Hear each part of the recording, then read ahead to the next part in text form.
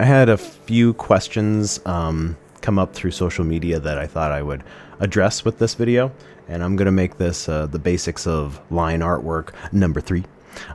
So question number 1, looking to understand how ribbon slash waterfall slash scarf folds are formed. That was from, let's see, that was from April of this year. So I'm going to kind of touch on that a little bit. I think that deserves its own video, but I think I'm going to touch on it first. Next was, are you ever disappointed because what you envisioned did not come to fruition? That's a really good question, and I think that I can answer that while I'm drawing, because I'll see how one just flows off the pen. And then lastly, can you make a super slow tutorial video of drawing one stroke at a time? Yes, I can. So I'll try to touch on all of those all at once and see just where it takes me. So without further ado, I'm going to switch this around and we're going to start drawing. I forgot to add at the beginning, in my little intro, that I want you to pick between 2 colors at the end of this. So it's between gold, a metallic gold, and a metallic silver, which we'll see at the very end of this. So I would like a little bit of a poll, a little bit of your input to see what will look best. So yeah, just let me know in the comments below. Okay, so I picked 2 colors. I've picked a blue and a pink. These are some of my favorite colors. I really like what's called rhodamine pink. It's like a super hot, very bubblegummy pink. And this is close to ultramarine, which is my favorite blue. But besides the point. So I think how I'm going to address question number 1, which I'll read one more time. Looking to understand how ribbon slash waterfall slash scarf folds are formed. I don't plan any of it to happen. It just kind of flows out, happens. So I'll see if I can illustrate how I kind of do it, which I know doesn't answer the question.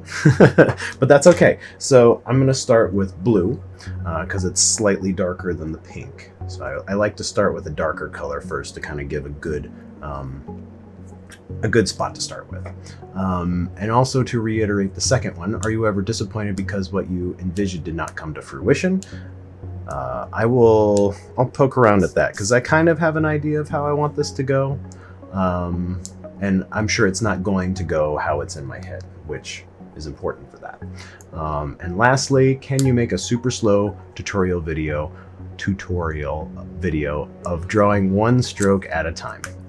That will be the easiest to start with, along with the waterfall ribbon thing.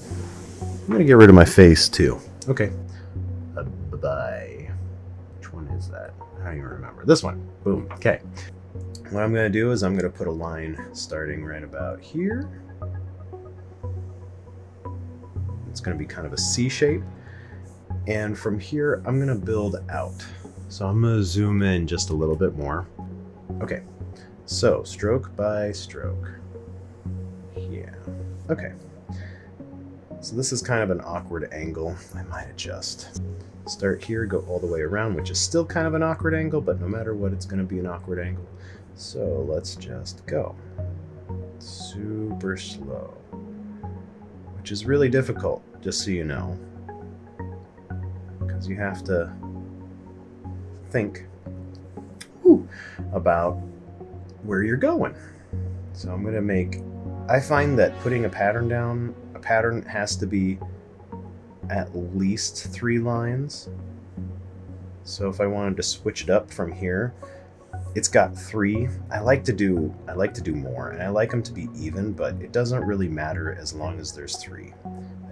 To me personally, it doesn't feel like a pattern unless there's 3. That's my kind of golden rule as far as this goes.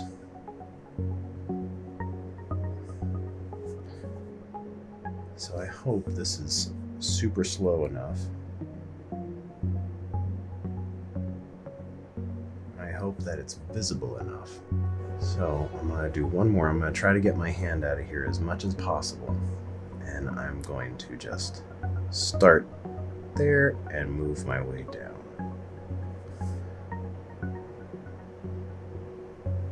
Okay, so I kind of have a little bit of that. So to address the waterfall, ribbon, scarf folds, so a key point is where all of these lines come together. Beginning and end, which is important to know where you're beginning and where you're ending, because then you can kind of have these lines come together and make a thicker, more dense and darker line. Because when you lay down ink on the paper, one layer of ink is only going to give you so much dimension. But when you have multiple, like in here it's really dark and down here it's really dark, so as long as you have those lines all converging into one spot, then it makes that nice dark pigment.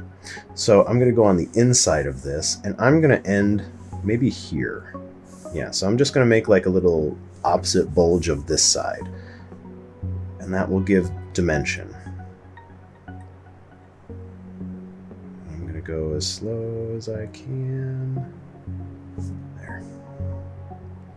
So I start by keeping it curved inwards, and right there I added just a little out, just a little that way. I'm gonna do it again, and I'm gonna draw it all the way down here and then out.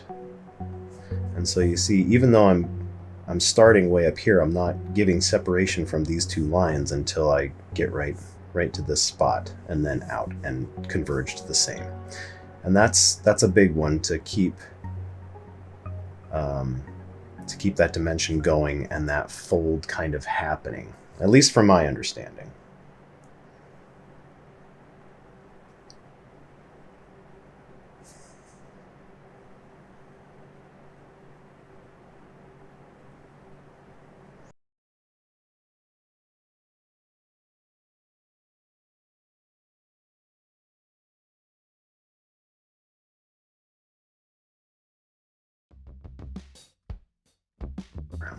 So another big key point is keeping these lines really close together.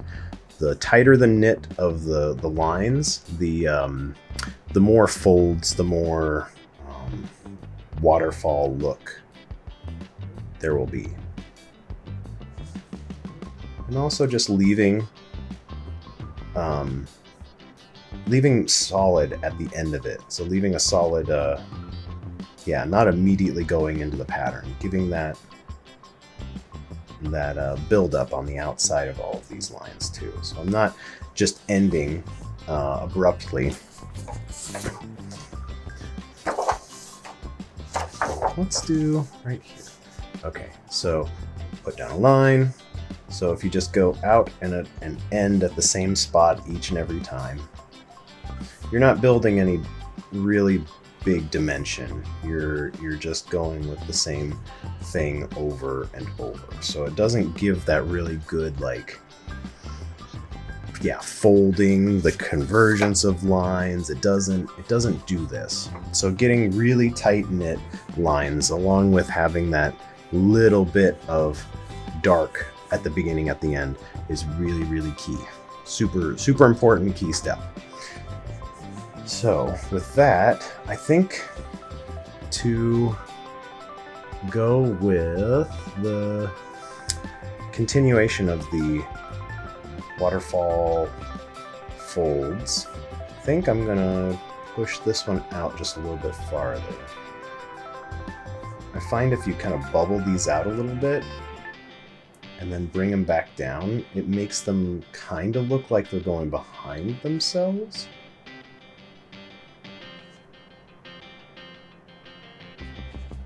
And I'm gonna go here. And I'm not gonna do a big pattern. I'm gonna keep it small, because that gives the folds the texture, the dimension.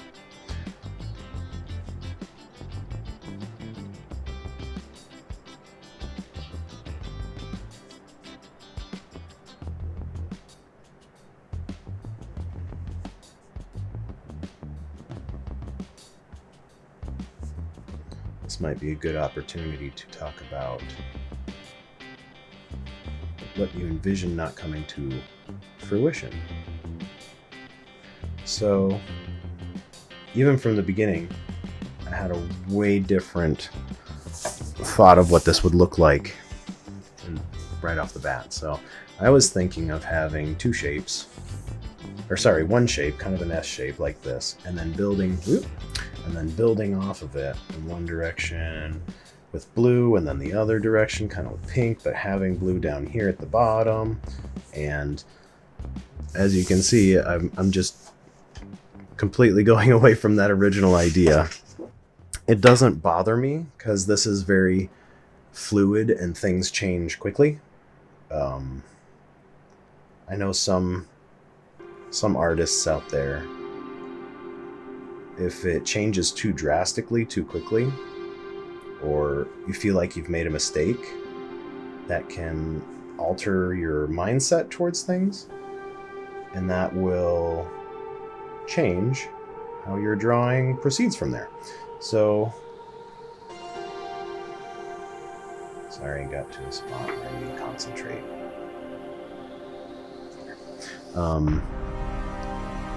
Yeah, so I find that it's best to go into these drawings knowing that I have a game plan, but it's okay if things change. Totally fine. It's really therapeutic.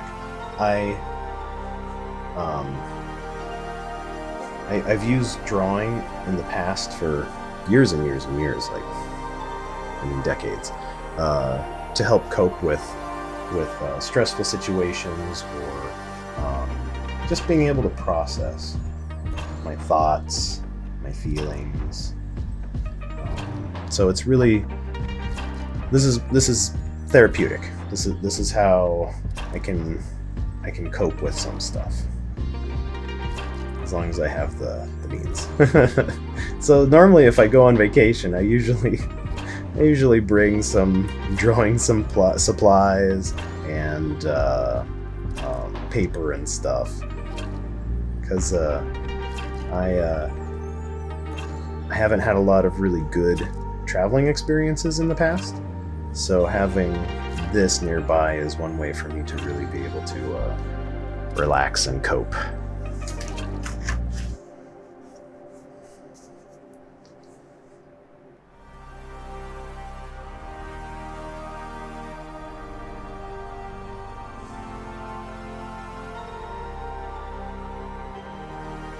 So, see what I mean right here?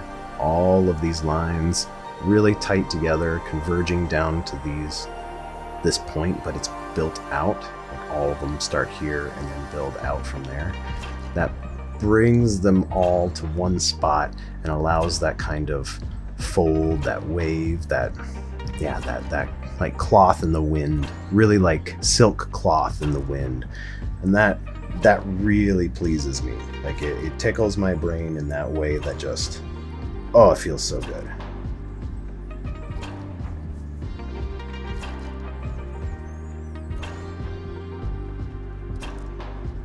So I'm gonna just build off of that for a minute or two.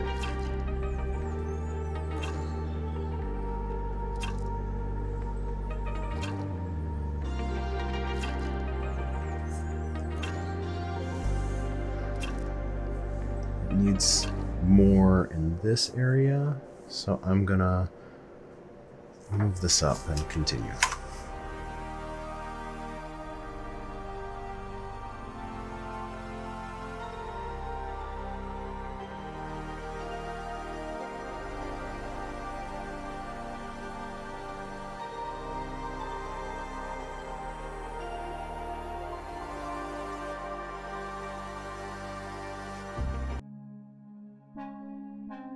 So right now my hand is covering up most of the bottom of this drawing from my view. So I don't know exactly how this portion is going to play into it. And this is one of those times where I could be making a mistake and it could make what I am doing not align with what I want this drawing to be in the end. So I'm going to see if I can trigger one of those situations where I make my drawing change. Oh yeah, but that's in a good way. Look at that. That's fun. Like it comes down and then it has this little swoopy guy, this nice big open space right here. Let's just do a little bit of this and clean that up. And then it goes down to really small lines, and then it brings this.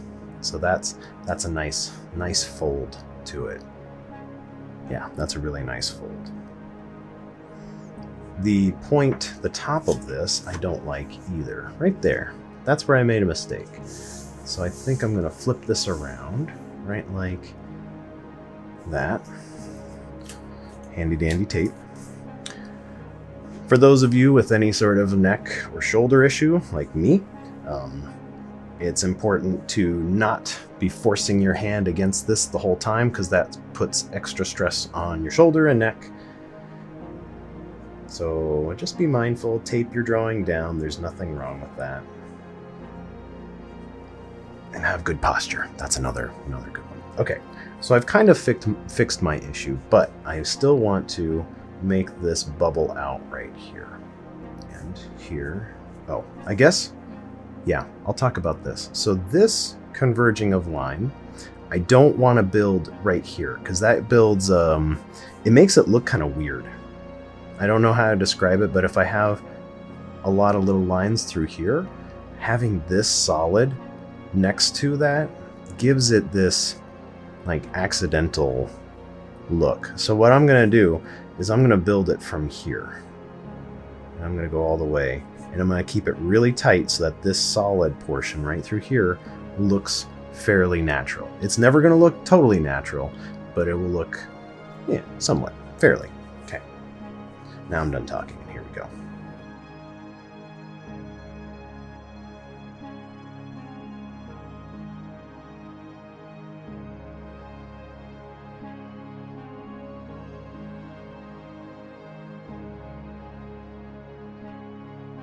I'm still trying to go really slow, so if you see my hand like kind of inch across the paper with little jolts, that's because I'm trying to go slow.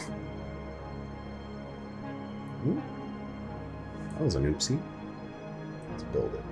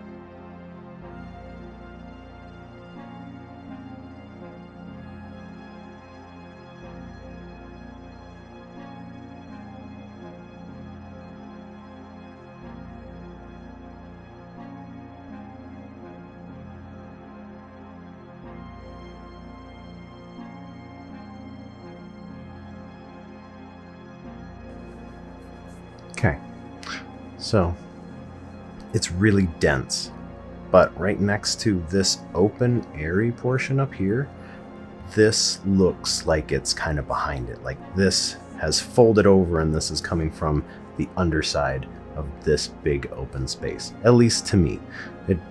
In the end, that doesn't really matter, but this feels good. I don't want to touch that on this side anymore.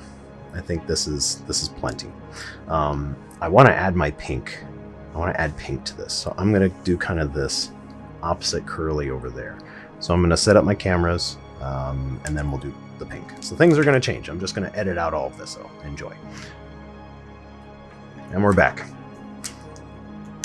Okay, so pink. I might just do a little scribble right here to show what that looks like. Kind of see that? That's tough. The light's not quite right. Even up there, it's not quite right. That's okay. Okay. Anyway, I'm going to start up here, and I'm going to go down like this. Yeah. And this is another fairly important thing to keep in your mind. Where you're starting for longer lines, because right about here, I'm going to be switching from pulling to pushing. Pushing is a lot more difficult. when you're pushing your pen across paper, the texture of the paper is going to want to try to keep your pen from moving. So you have to apply more force, which sometimes if the pen tip is a little rough, a little oh, what's the right word? These are all felt. So as they fray, that's the word. As they fray, they can like have these little fibers that go off to the side and then give like, it gets really choppy. It's not what I'm going for. There's some people that like that kind of rough look, but it's not what I go for. So again, I'm going to be starting up here, going down, and right about here, I'm switching from pulling to pushing. And that's going to change how my hand interacts with the paper. And I'll walk through it. Start up here. I'm pulling across the paper, and right here I am now pushing. There. So still a decent crescent. Not bad. I'll have to put that in arm techniques or hand techniques or something like that. I'll do a whole video on that. That's something that I found to be extremely important. I'm trying to orient this the best that I can. Push the least. There. Okay. So again, I'm halfway pushing. No, not here. I'm pulling, but I'm like pulling up and away from myself, which is kind of a difficult thing to do. And then I'm going to be pulling and then pushing at the very end. So it's a lot of different things. Yeah, so this might be a little choppy. We'll see where this goes. I'm sure it'll be fine. And 3, 2, 1. What I'm envisioning for this is a little doodad sketch. This is what I wanted, and then have pink on the outside of this blue to kind of give kind of this duality look. But I changed my mind right at the very beginning, and I want to have these two shapes, and I want to build out from either side, and then in the middle I'm going to like make them touch and kind of blend together a little bit. And I am not disappointed with my mind changing.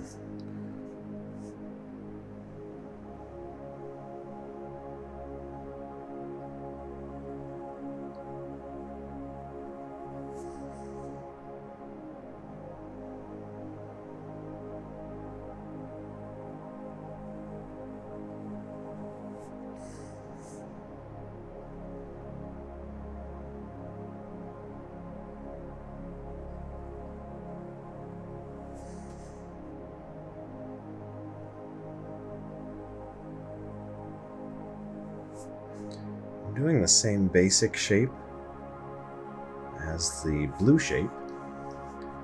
I'm just gonna make it pop out here. Okay, so now I see in my head I want to take this and I want to continue this down and around. So I'm gonna continue the shape outward until it bulges out over here versus continuing this, and that will give more of the wave look, the fold over, the cloth look. I'm gonna zoom in too.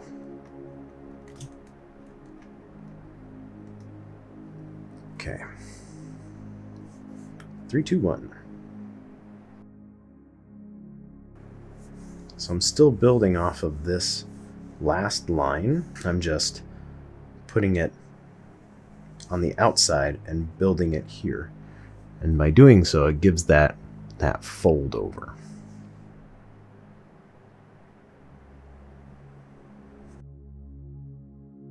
There. Okay. So this is pretty rough, and it doesn't have the right fold over feel until we have something like over here to balance it and make it look like it's flowing over and under.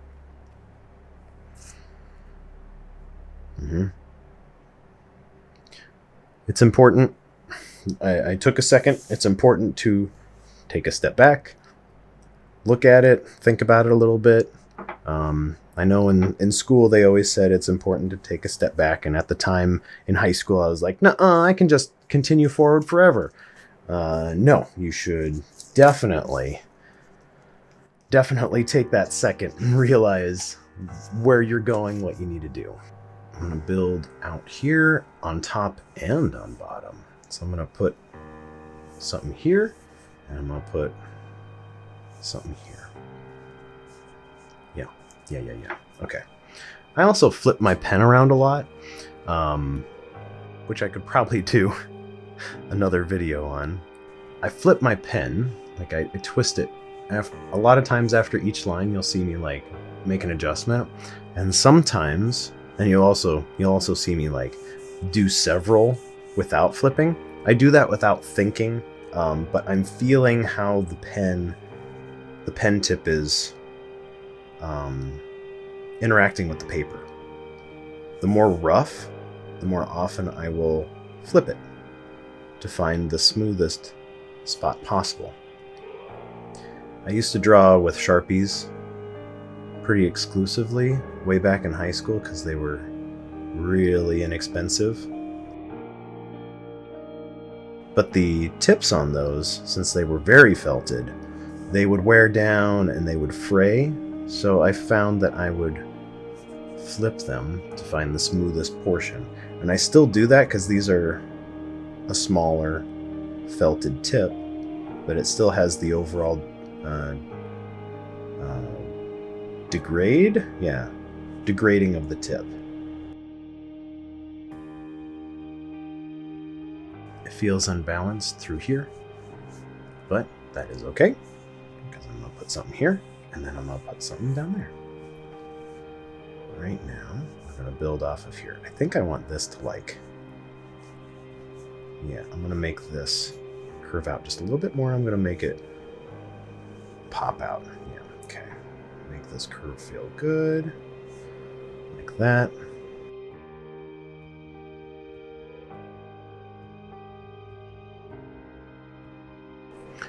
My hand is starting to cramp. Let's, okay. I'm going to listen to my body. Whenever your hand starts cramping or, you start feeling uncomfortable, it's important to take a moment and stretch. So I'm going to do that, and I'll come back in a second, and I'll continue. It doesn't need to be much. It can even be just 30 seconds to a minute just to realign. Get your stuff lubricated again. I don't like that.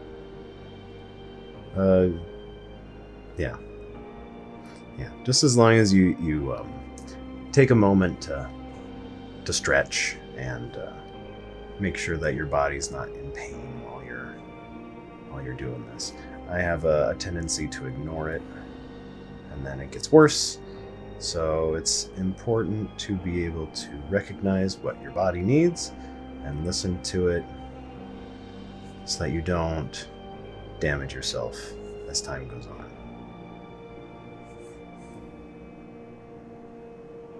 Also really important to just realign your neck, your back, your spine. Just make sure that you're sitting up straight. Nice posture. You breathe from the diaphragm, not from the top of your chest. All of these things are things that I do. I found that sometimes when I'm drawing, I'll be breathing with my chest instead of my stomach. And when I do that, it gives me more of a feeling of panic or like distress. That defeats the purpose of this completely. So I have to make sure that I am breathing from my tummy and just being as kind to myself as possible.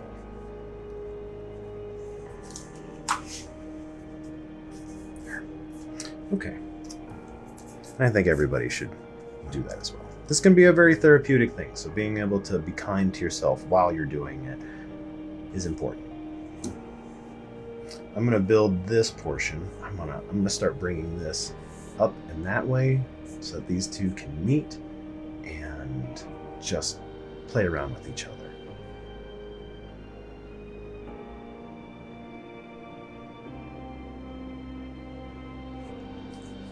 This is going to be important to continue this pattern and bring it down and have it conjoin really softly back into this portion over here. Because this nice solid bit, if it builds out from there, is going to feel like it was all one, and it will give that really good fold. With this open space up top and this underneath, it's going to, do a nice flow over curve type of thing. At least that's how I see it in my mind. If that doesn't happen, it's still going to look good. I know it will.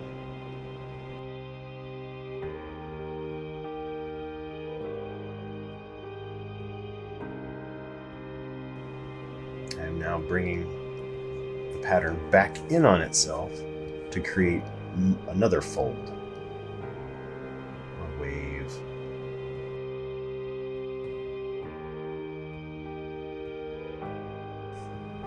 Now lastly, I've continued too far. I lost track of time, but I'm gonna take this and build on this side with a little bit more gap, and I'm gonna bring it down, out, and around, and I'm gonna make it just touch this spot. So I need probably 3 to 5 more lines to give my overall desired effect.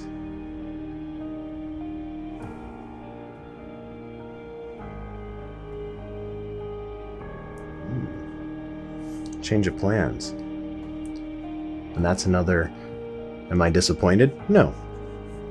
Right here, this is too close. It almost touches, just barely.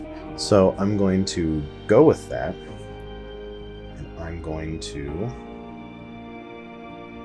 make them touch in one more pass. Right here. A little dip in and up and over.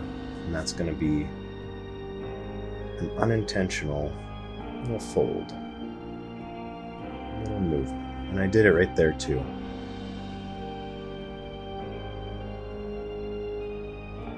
A little bit of happy accidents. There. That feels pretty good. So now it's kind of like these two. Okay, so now I have these two just like poof, little scraps of cloth in the wind just floating against each other. And now I want to bring them to each other, make them touch, and then kind of just in like this section here, I want the colors to touch and flow over each other. Just kind of this nice little, like a dance. Just a little bit of, just a touch of it in the middle. So let's, okay, I'm gonna start with blue. I'm gonna bring this out, and I'm gonna bring this down. Hold on, cat cam first. Ginkgo is just oh so happy. Aren't you, bud? Ginkgo? No, nothing. Hi. Yeah, I'm sorry.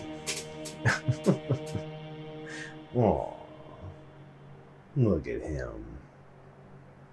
Oh, I just love him so much. Look at how happy he is. Just sleeping away like the little prince that he is. Okay, we're gonna turn it back around. Cat break. There, that's a little closer. That's a little nicer. Okay. So with the blue going first, I'm gonna move it just a little bit. I think it'd be fun. I'm gonna zoom in just a little bit. I think it'll be fun to see these two merge. So I'm gonna keep it farther away, and I might just time lapse it from here so that you can see it touch. Okay, here we go.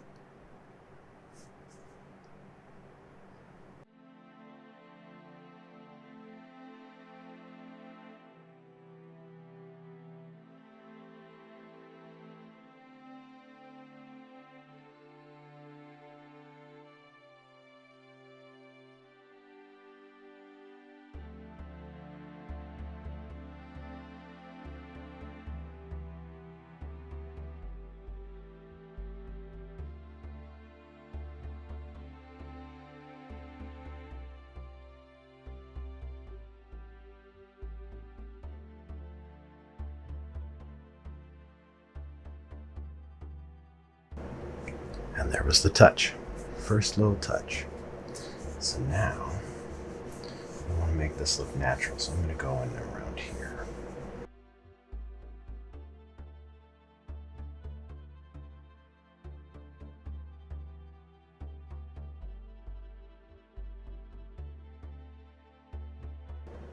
I think in the end I want the blue to kind of go on this side just a little bit.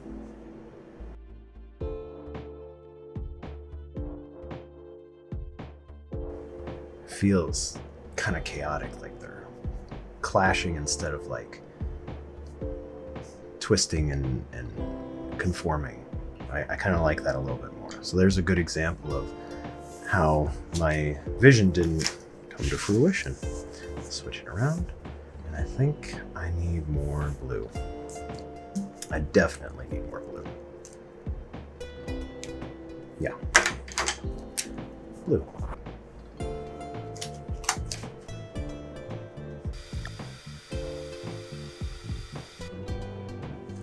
Since the blue is a darker color, it overpowers the pink, so I'm going to have to be really careful how these two interact with each other, just so I don't lose too much of the pink.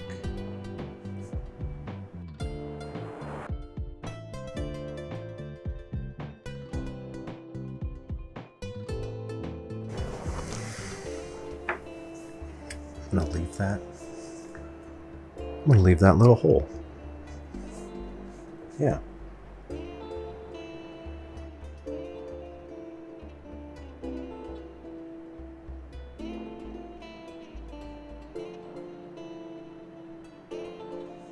There.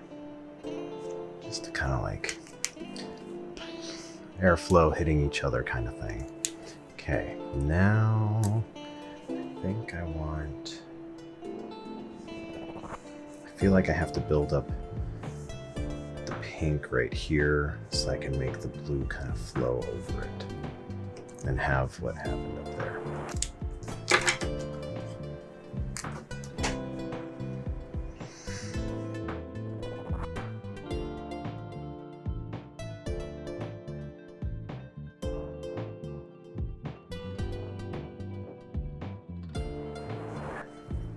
I thought I would draw how these two interact and then talk about my feelings and thoughts.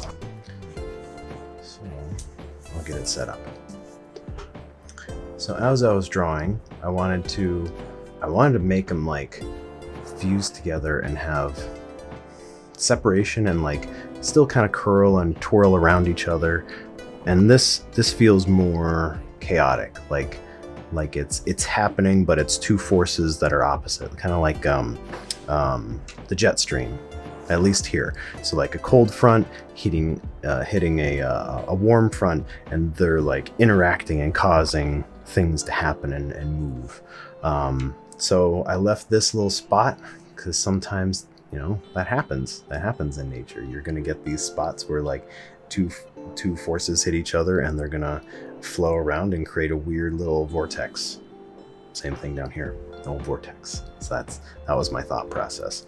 So with it being more chaotic than I wanted it to be originally, that's okay. I wasn't offended by how this interacted with each other. And that I realized that as I was putting these together, normally when I want them to fuse together smoothly and build off of each other, I normally will have I'll build off of one color. So for instance, for me to make this look smooth, I'd put it on the outside, the blue on the outside of this one, so that it will blend properly and make it look like it's turning into that color. That's the color blending tutorial that I did a while ago, and I completely forgot all of it, which is okay, because that will give me fresh eyes for something like this.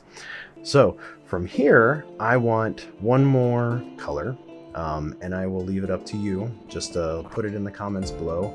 I have gold and I have silver. Those are the two options that I will give. My gold pen, I have a decent, I'll just put a little swatch right next to this. This pen reeks. Whew. That'll do something to your brain for sure. And then here's the silver. Nope, I want the big. This one.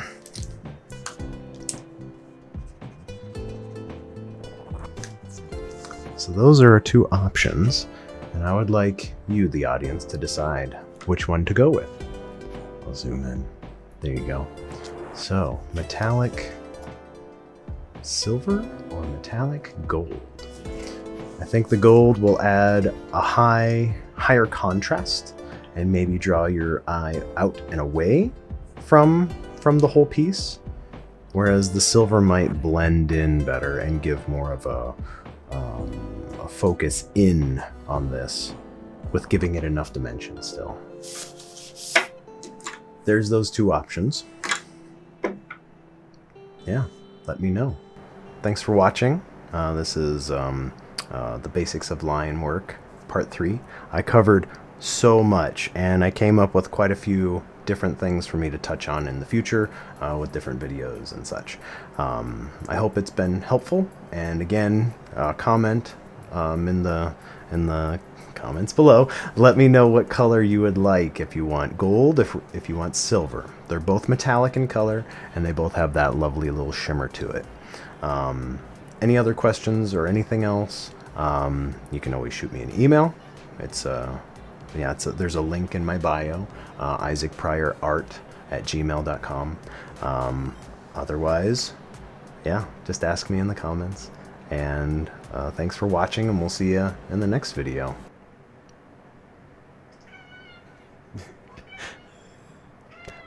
I guess that's the beginning. That's quite the intro. I hope the mic picked her up. She's yelling at me. What's up? Yeah. My goodness. I'm gonna say that this is wow. Tell me more. Yeah. Silly baby. I had a few questions that I wanted to answer with this. My goodness. Oh, you're so silly.